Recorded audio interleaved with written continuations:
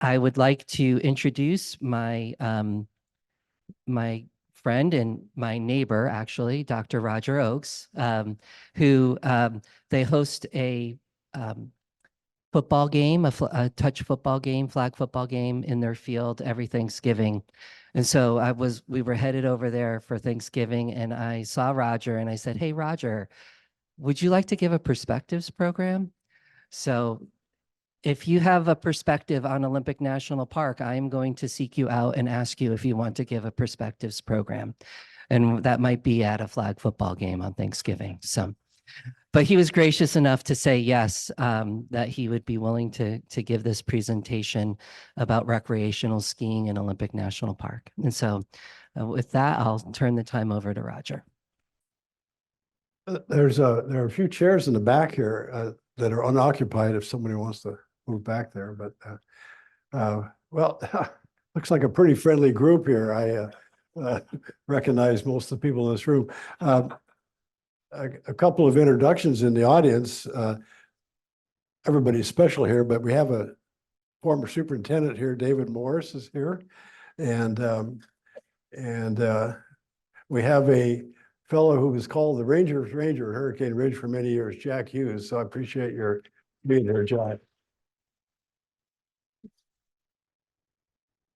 When I gave this talk in the past, Jack Hughes, and I was the straight man, and he told all the stories. So we had a good time. Some thank yous. First of all, thank you to Sarah Morrison from the library system, who's been in helping me set this up. And I want to thank Dean Butterworth and his team from the park for inviting me to speak here tonight. And I also want to acknowledge the Cultural Resource Center at the National Park. A few years ago, when I was active in the ski club and still am, somebody said, "Well, you're getting old, you ought to be the historian." So I was trying to think I better, shut up or put up. So I started looking into the history a little bit about the skiing in the national park. And I went up to the Cultural Resource Center and they were very helpful in setting me in the right direction, because I had this idea I was going to write this great book and nothing to it. And they suggested that maybe I wanted to do one of these little Serbia books from Arcadia Publishing. And I thought, no cookbook for me. I'm going to write the great, it's going to be a Tim McNulty-esque book about skiing in the park. Well, it turns out that I could never have done it without the help of Arcadia Publishing. They were very good. They had a scripted format, so many words, so many pictures, careful editing. And so I was really thankful to them. And I see Paul Gleason back here, who was head of the Cultural Resource Center at the time, and Jackie Lee Ray, who helped me, and Gay Hutter was the curator. So a great thanks to the National Park. And as you heard, I guess I was going to open it up to questions during the talk, but because of the technique and the Zoom audience, that's a bit of a problem. So we'll try to have some time at the end for comments and questions. And I'm always anxious to learn what people are thinking. This is a story about two places in the Olympics here. One is Deer Park. Skiing started up there in about 1935. And so we'll talk about that. And then we subsequently took up skiing in a small downhill ski area at Hurricane Ridge. The park's gone through a lot of periods of development and conservation and back and forth. And I think most of us are happy that most of the park has been preserved in wilderness. And it's a place that most of us dearly love. This is a Keith Thompson photo from the 40s, looking at Olympus across Middle Glacier here. And if you go out to the east side of the park, Mount Deception is the second highest peak in the Olympics. And this is a Dan Hudgings photo. This is Deception Basin in the foreground, and there's a Deception Creek runs down into the Dosey Wallops. And if you go over this ridge here, then you're in Royal Basin and the Dungeness. And as we know, the park is kind of it's been called in one book an island of rivers. I mean, it's a center mountain range with rivers running into the bodies of water surrounding it. this is a Ashel Curtis photo, actually, up the East Fork of the Canal, showing the other part of the park. That's the big timber. I don't have a picture of the coast, but we know that was added to the park in 1953.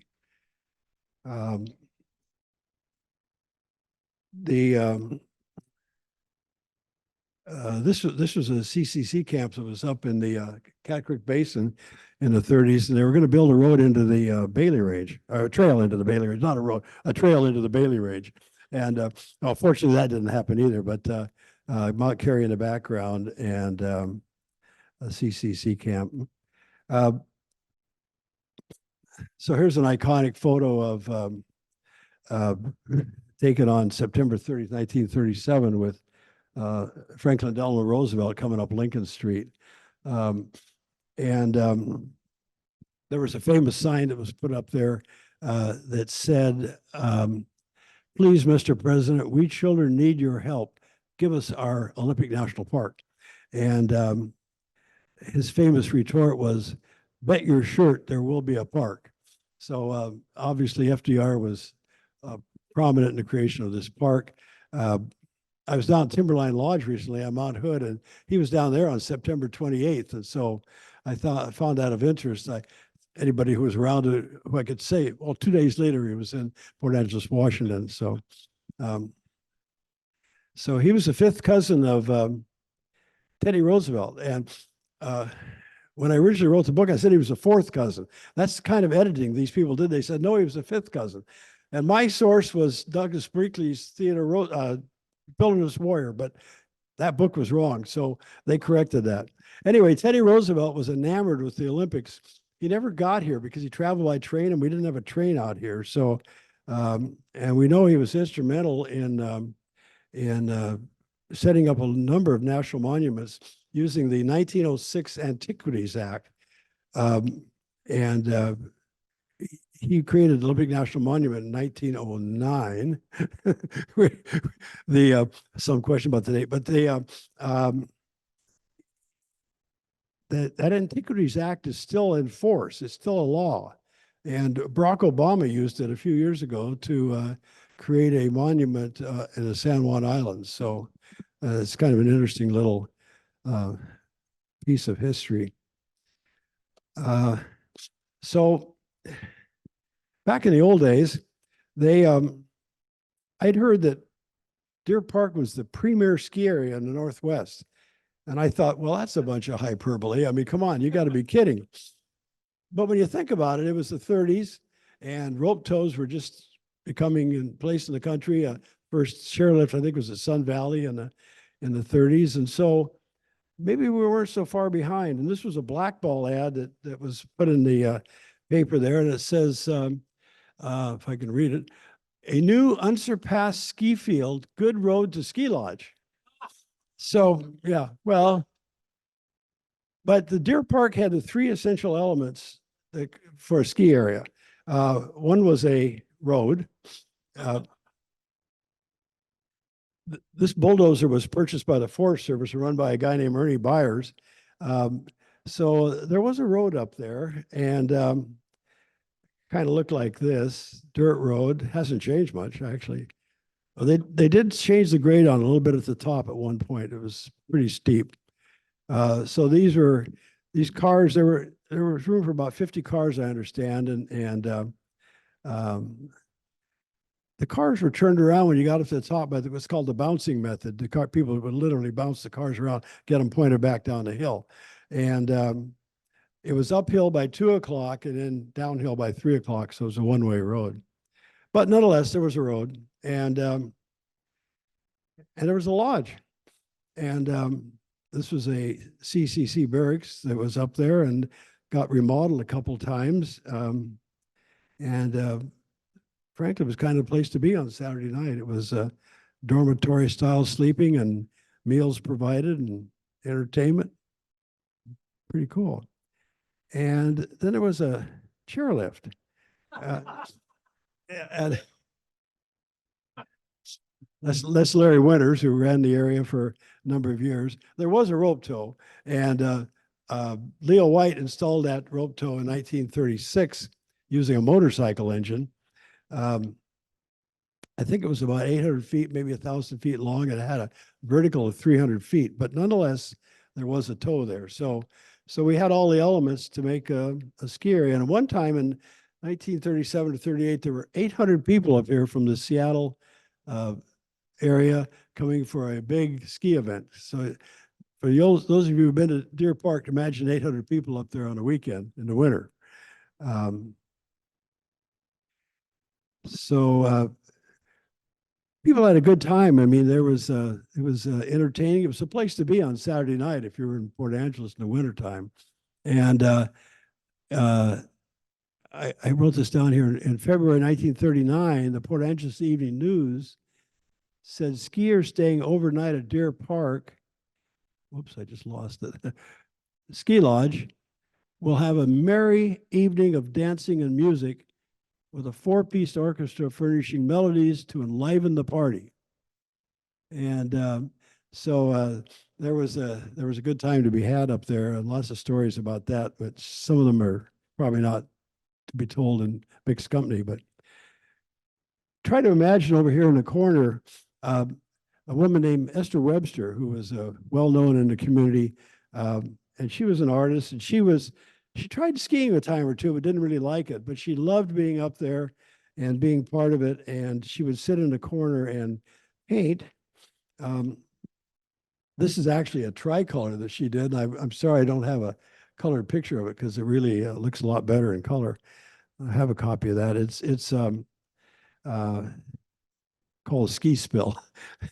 And so Esther was part of a family here that Websters were well known in town.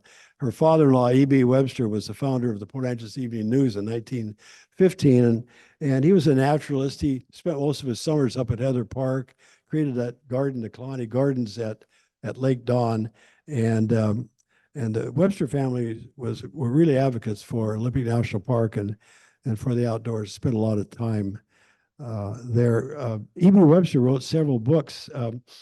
The one I like the best is called The Friendly Mountain. And I value this highly. It was given to me by Esther. And it was written originally in 1917. And this is a 1921 edition with great little drawings in it. He wrote a book called Trout Fishing in the Olympics, and another one about ferns that I know of, and maybe there were others.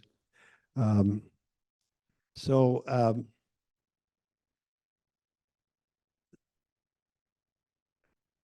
don't know how this projects, but a friend of mine, when I was reviewing this, said, don't talk about having a busy, bad slide. I said, well, it's a busy, bad slide.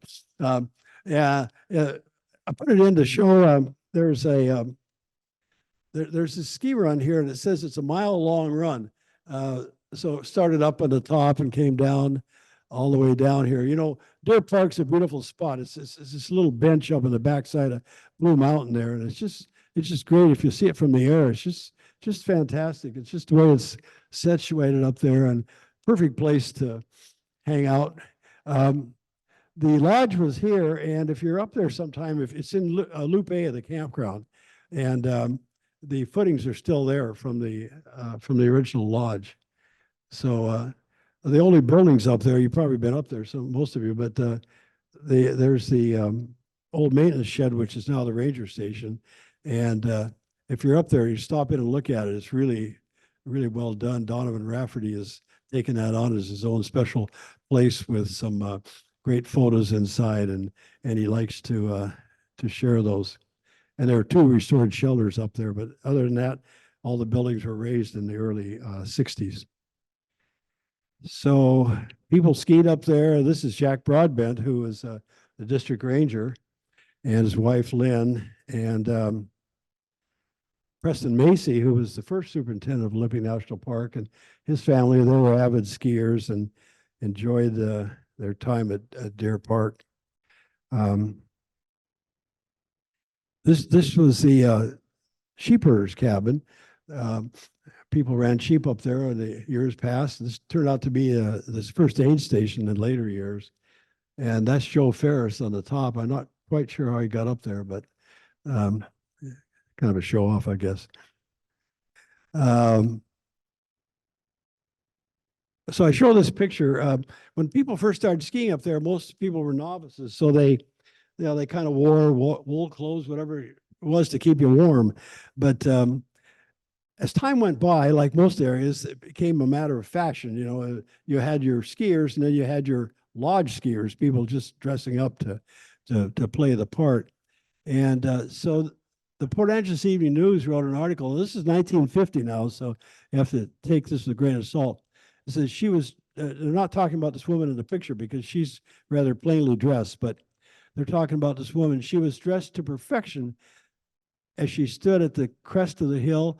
And it seemed like that once her skis, sorry, I'm trouble reading it. Once her skis began to move, her passing would be poetry in motion. Why, if that blonde beauty ever so much as thought she started down a ski slope, she'd land flat on her beautifully costumed posterior. I mean, who writes stuff like that? Anyway, and then it says in parentheses, I Magnin. For the old timers know about I Magnin, a famous store in Seattle. I Magnin, $42.50. So, Deer Park was not known for the amount of snow it had, but at times there was actually a tunnel that got us into the lodge. The problem was more like this, and that was, you know, it's in the rain shadow, and so that was the problem with, that was one of the problems with the ski area at Deer Park. So from early times, people were looking around the Olympics for other places to ski, and in looking into this a bit, it was amazing. I mean, there people were looking at Marmot Pass, Buckhorn, Lake Wainucci. There's an area up there, someplace out in Talichi Creek up on the skyline. People were looking all over, but the place that they tended to focus on was this place, which is Salt Lake Park, and big open area. Lots of good snow. In fact, maybe too much snow at times, and north facing, so the snow stayed late. But it sort of had the opposite problem from Deer Park. A lot of snow, and of course, a problem with access. So how do you get up there? Well, you know, Clive Abel was running the Salt Lake Hot Springs, and he had a vested interest in getting this done. So the concept was pretty simple. You punch the road up about 5 miles further than it already was, and then you could run a gondola up. You could run a gondola right here. Here's Heart Lake. Here's High Divide. Okay, Heart Lake. You could either do that, or you could run the gondola over here. You could open up Seven Lakes Basin. So this got serious attention, and actually it ended up going to the Department of Interior, and was given serious consideration. But there were a number of problems with it. So the Park Service, and with a lot of local input from the chamber folks, the people that had a commercial interest, and others, to settle on a road to Hurricane Ridge. And well, there was a road to Hurricane Ridge, right? It came out from the Elwha and up through Whiskey Bend, and I remember as a kid, you could drive right to the top of Hurricane Hill, actually. But people wanted a road right from town that was commercially advantaged. They needed a better road anyway.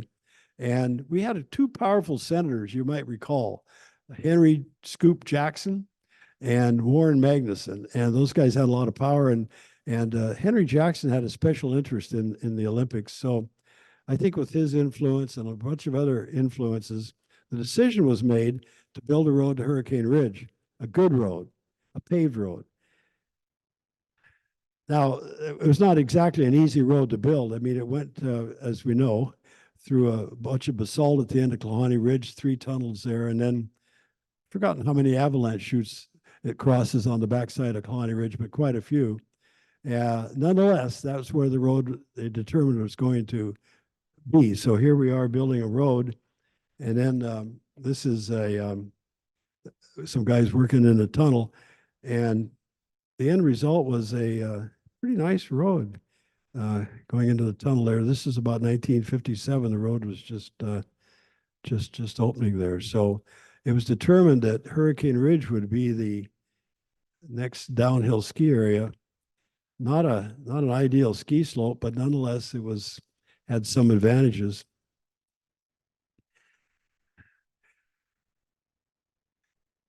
I was going to say this is a picture of the lodge as we see it today, but uh, um, I wasn't sure how that's probably not a good idea. But this is the early construction of the lodge at Hurricane Ridge. All the materials were brought up from the Elwha, so they uh, built this. The Owens brothers were involved with this, the other local contractors, and the lodge was completed in 1952, so it was completed before the new road up from town. We can give a lot of credit to that. This is Senator Jackson here. He had a lot of power. He was chairman of the Department of Interior, so in the Senate. So, and Warren Magnuson, I think, was number 2 on the Appropriations Committee. So we had a slam dunk. And place I went to school, at the University of Washington Medical School, you can thank Warren Magnuson for most of that too. So, here's Scoop Jackson. This is Leo White, who put the first ski lift up at Deer Park, and he's now involved with the Chamber of Commerce. That's why he's there. And Fred Overly was the superintendent at the time. In the background, I saw this picture. Actually, my father's in that picture, and he never talked about that. I don't know what he was doing there. He was either with the Chamber of Commerce or he was a banker. He may have been loaning money to him. I don't know. But anyway, there are a bunch of dignitaries up there in the opening of the lodge, which some of you will remember how it looked when it was first built. Nice little soda fountain up here and so on. So Hurricane Ridge. There was a time in the park when one of the reasons a lot of the trails were built in the 20s was for fire suppression. People wanted to suppress fires, and they had lookouts to look for fires, and this was one of them. And this was the top of Hurricane Hill. Those lookouts were also used for spotting for Japanese planes during the war. And some of you may know that Herb and Lois Chrysler spent a winter up there in 1942, so looking for enemy aircraft. So this is a picture on the front page of the local newspaper. Yeah. So when the area moved over from Deer Park, it was the same setup. In fact, I think 1 or 2 of the engines we're still using actually up there. So, and Larry and Tom Winters ran the area at Deer Park. They came over and ran the area at Hurricane, and then it was the operation was bought by Avon Miller and Ted Simpson, and they had a young guy working for him. He's shown here, Craig Hofer. He became our mountain manager when he was 18 years old, and friend of Janice's there, I'm sure. Well, Craig did that for 37 years, and the guy was a mechanical genius. He could keep things running, and he was dedicated to the. But yeah, he was his own man. Just put it that way. So then eventually, in about 19. Well, before I get to that, so there were a number of tows put up at the ridge, and some of you will remember this was called the bowl tow. Say that fast 10 times. Bowl tow is where on the little riverside, north side of the ridge there, and of course a rope tow that went up from a big meadow. And then there was another rope tow on the Sunrise side as well. Run off a flatbed truck. They said you could get from the bottom of the lift to the top in 35 seconds. And I talked to a guy, one of my fellow physicians in town, Frank Skirbeck, was the first one to ride that thing. And they said, "Hey, Frank, try this thing out." And yeah, it was a thrill. So in about 1969, a corporation was formed, Olympic Ski Lifts Incorporated, with the goal of putting in a surface lift at Hurricane Ridge, and money was raised. You could buy a share for $200, and so up comes I don't know how this projects, but a little washed out. But you can see the wheels. That was the pommel lift coming up there, and this helicopter was picking up barrels of cement that and then flying them. And when they had the cement in the air, the helicopter apparently, I wasn't up there, but I heard that the helicopter had to drop off the south side of the ridge to build up enough power to get back over to the other side and then dump the cement for the towers for the pommel lift.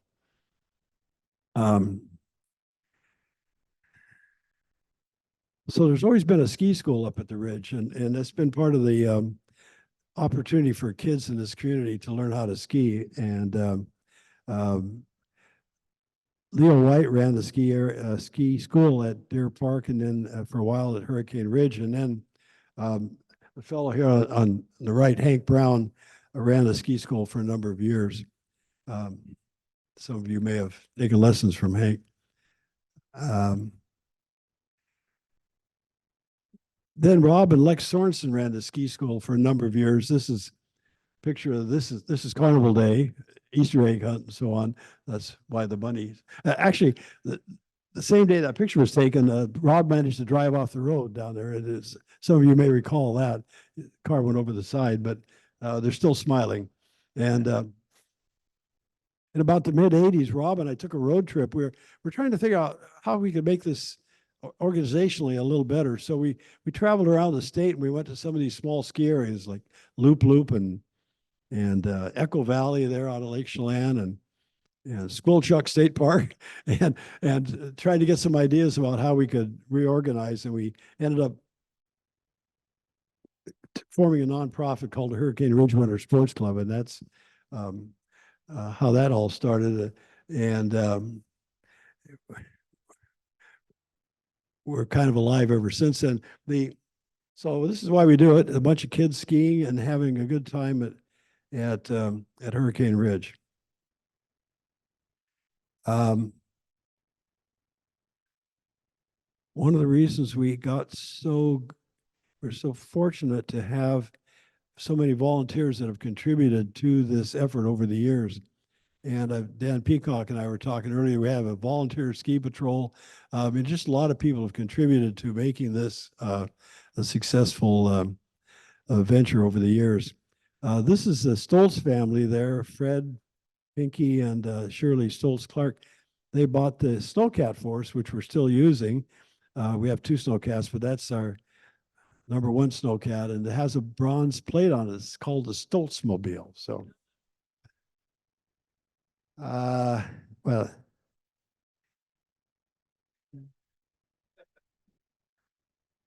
some of you may recognize this person. So Jack, I think, spent his whole career at Hurricane Ridge.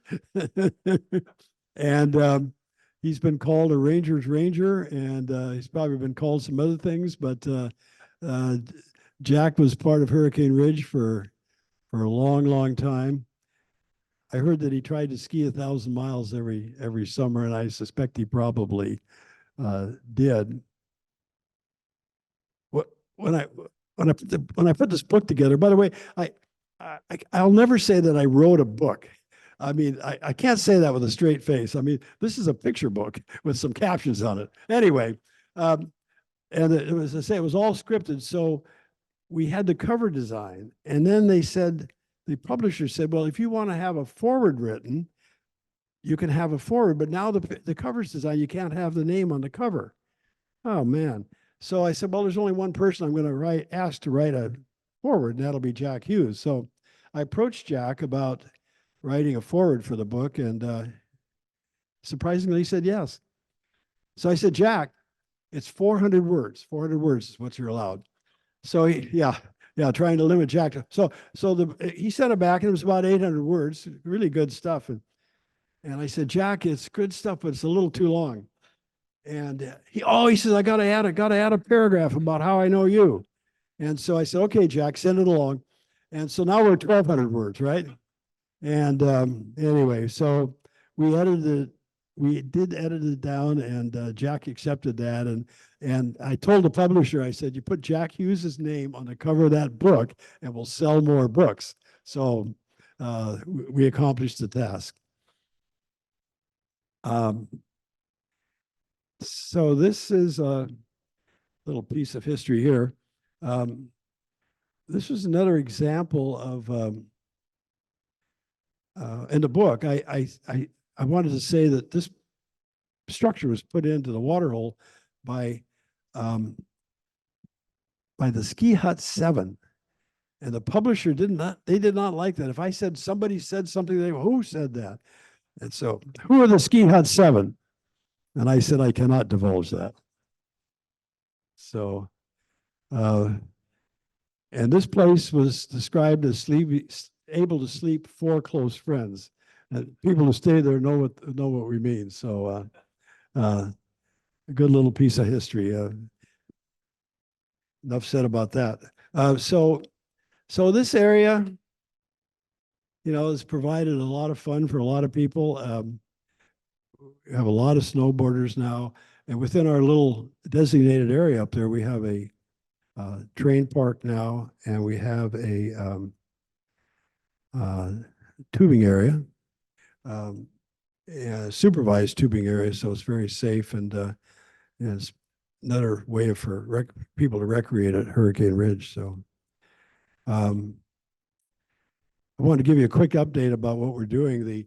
In April, the Hurricane Ridge Winter Sports Club merged with our Hurricane Ridge Winter Sports Education Foundation. And back in the 90s, 1994, so we created an education foundation with the idea it's a 501c3 raising money to support the Ridge. And we always thought we had to keep it at arm's length from the actual operation, but lo and behold, we found out there are about 8 or 9 ski areas in this country being run by education foundations. So we're now number 10. As of April, the club is merged with the Hurricane Ridge Winter Sports Education Foundation. So new and fun stuff. That's about what I have. And I'd be interested in having some discussion. Give us, sorry, 1 second. I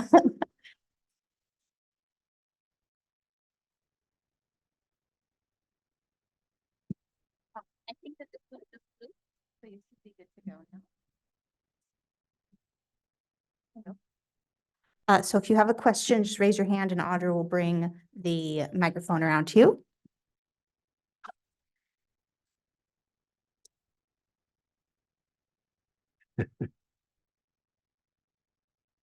Thank you, Roger. Yeah.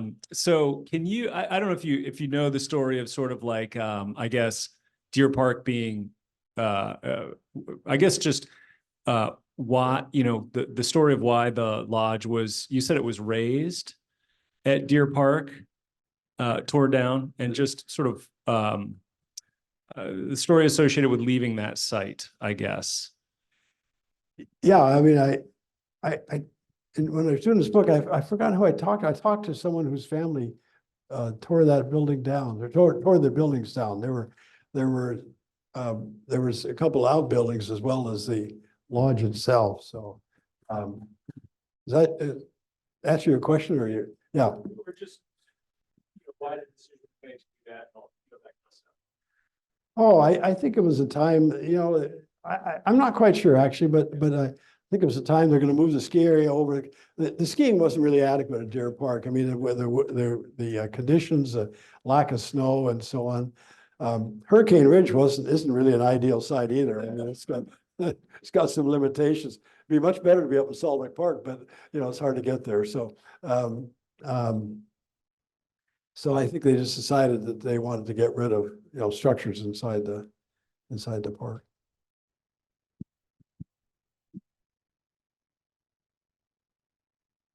I was wondering, toward the middle of the section there, you said you needed 3 important things to have the site come. Don't you actually need about 4? You need a little bit of snow, right? Yeah, snow is speaking of that, we need some right now.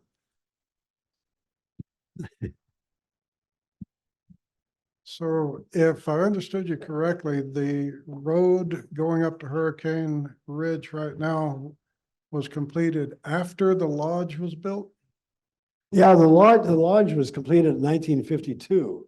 and all the materials were brought up the old road up through from the Elwha. Okay. And they started building the road apparently from both directions. They started from the top down and then came up, from Heart of the Hills. Okay, is that old road still open to vehicle traffic? I can't think of. I can go. Yeah, it's now called the Wolf Creek Trail. So there's a roadbed and a trail all the way from Hurricane Hill area and down to the Elwha. But that's foot traffic over there? Yeah.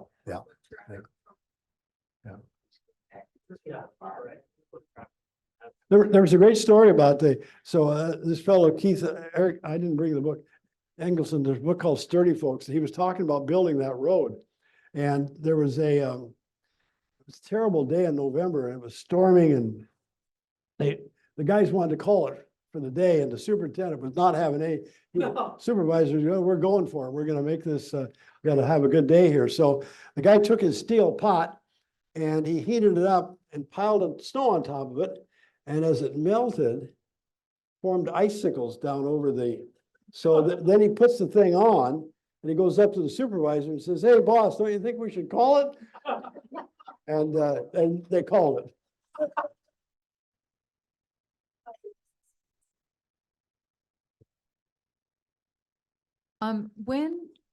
When was the Sunrise rope tow put in and when was it taken down? I'm sorry, I didn't hear that, Dana. The Sunrise rope tow, what year did that start and what year did that end? Do you know? Yeah, there's a picture in the book. They ran a thing off a flatbed truck and it was I was skiing up there probably in the early 60s. I don't think it ran very long as I recall.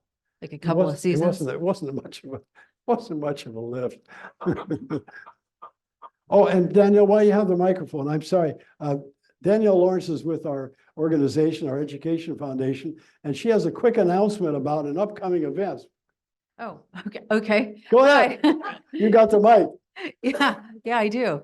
I'm going to take advantage of it then. So, the Hurricane Ridge Winter Sports Education Foundation is going to be showing the latest Teton gravity research film called Flying High Again next Thursday evening, January 18th at Field Hall. The doors are going to open at 5 and Field Hall will be serving drinks and light fare. And then the movie will begin at 7. Some of you may know professional snowboarder Jason Robinson. He's featured in the film and he will also be there to introduce the film that night. And you can purchase tickets on our website at hurricaneridge.com.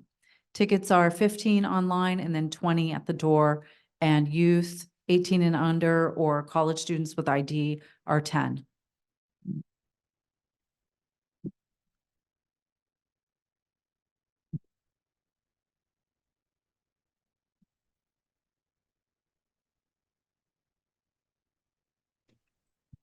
That's actually a perfect segue. My question was going to be, I remember when the Education Foundation and Greg Hallberg was working with the park to do actual programs in schools.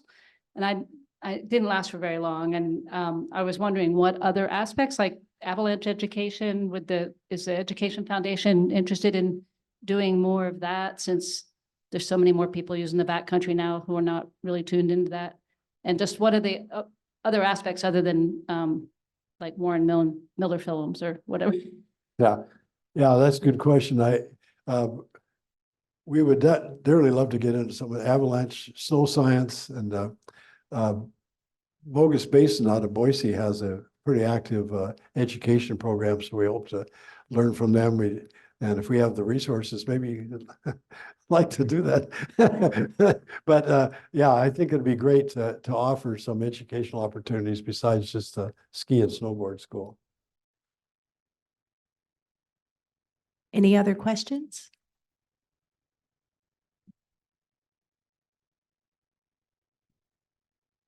Hi, Roger. I was wondering if in your research, you ever came across anything about the 10th Mountain Division training up at Deer Park? Because I was reading a book a while back and I saw this mentioned. It just astounded me because I'd never heard it, and all the things I've read about skiing in Olympic National Park. Yeah, you mentioned it to me. Yeah, I don't know anything about that. Yeah, yeah. There was another ski area in the park down by, I'm not sure it was actually in the park, down the Sawtooth, called Mount Lincoln Ski Bowl. And they actually had a little lodge down there. I don't know much about that either. I kind of looked into it one time, but decided I wasn't going to write about it. Yeah.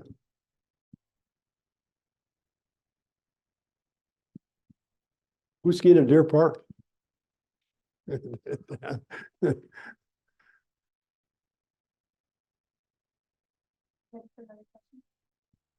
We won't divulge the age, you know. Ready for another question? We have a question from the Zoom. Mark says, starts and stops a used chairlift to be located in the North Bowls. I said, will he understand what that means? And he said, yes. Well,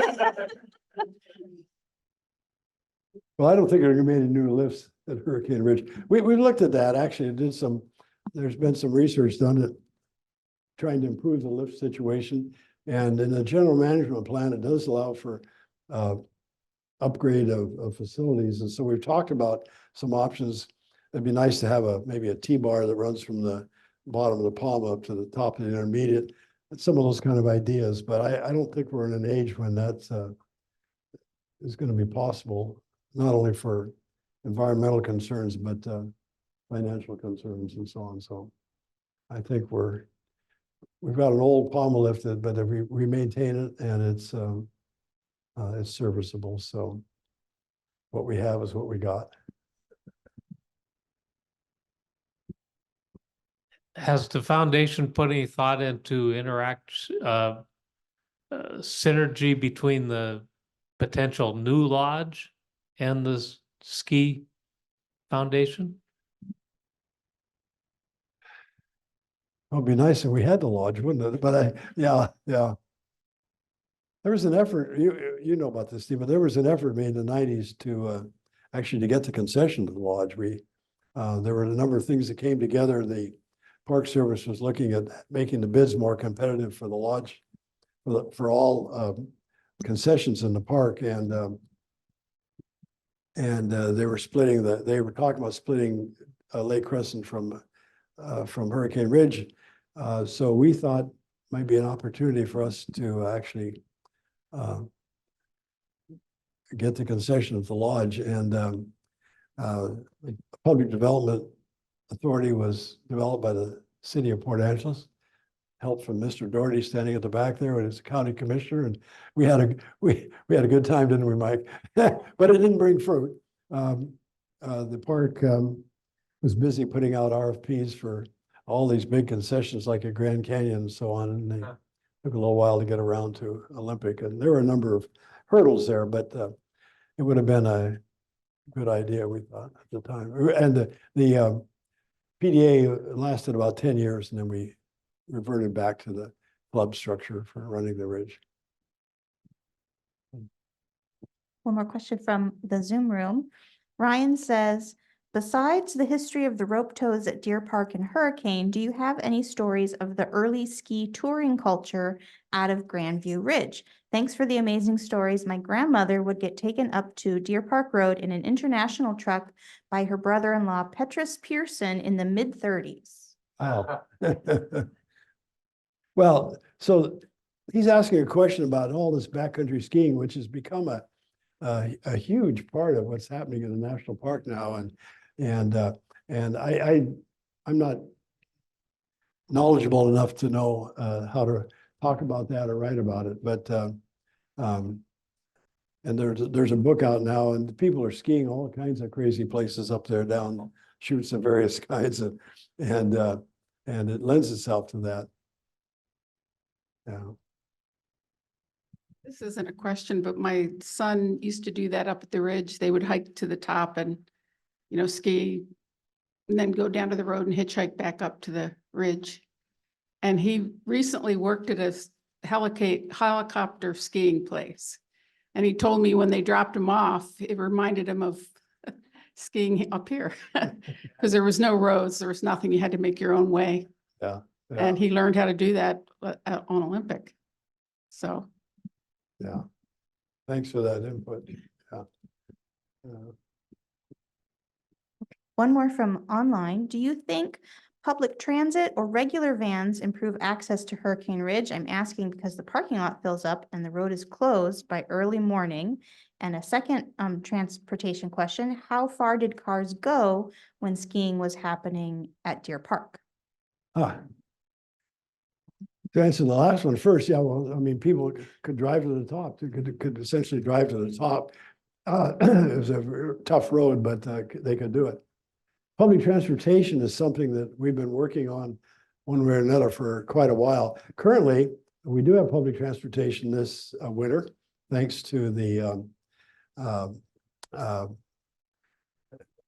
Puget Sound's excursions. Well, Clown Transit ran for about 10 years up there, and then we tried to get them to run. I think they eventually may take that over, but right now they, as you know, a couple of years ago, they started a summer program, and I think that's been really successful. But so far we've been relying on city lodging tax money, and we've run a shuttle up there the last 3 or 4 years with support from the lodging tax. And Tommy Ferris of the Olympic Hiking Company has done our management of that. And we use blackball buses. They just sold their buses to Puget Sound Excursions. And so we do have a shuttle running to the ridge now for on Saturdays and Sundays for the season.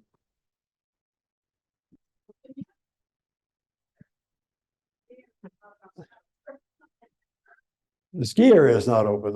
Yeah. Well, we get this storm come in there. We're hopeful. Yeah. Any other questions?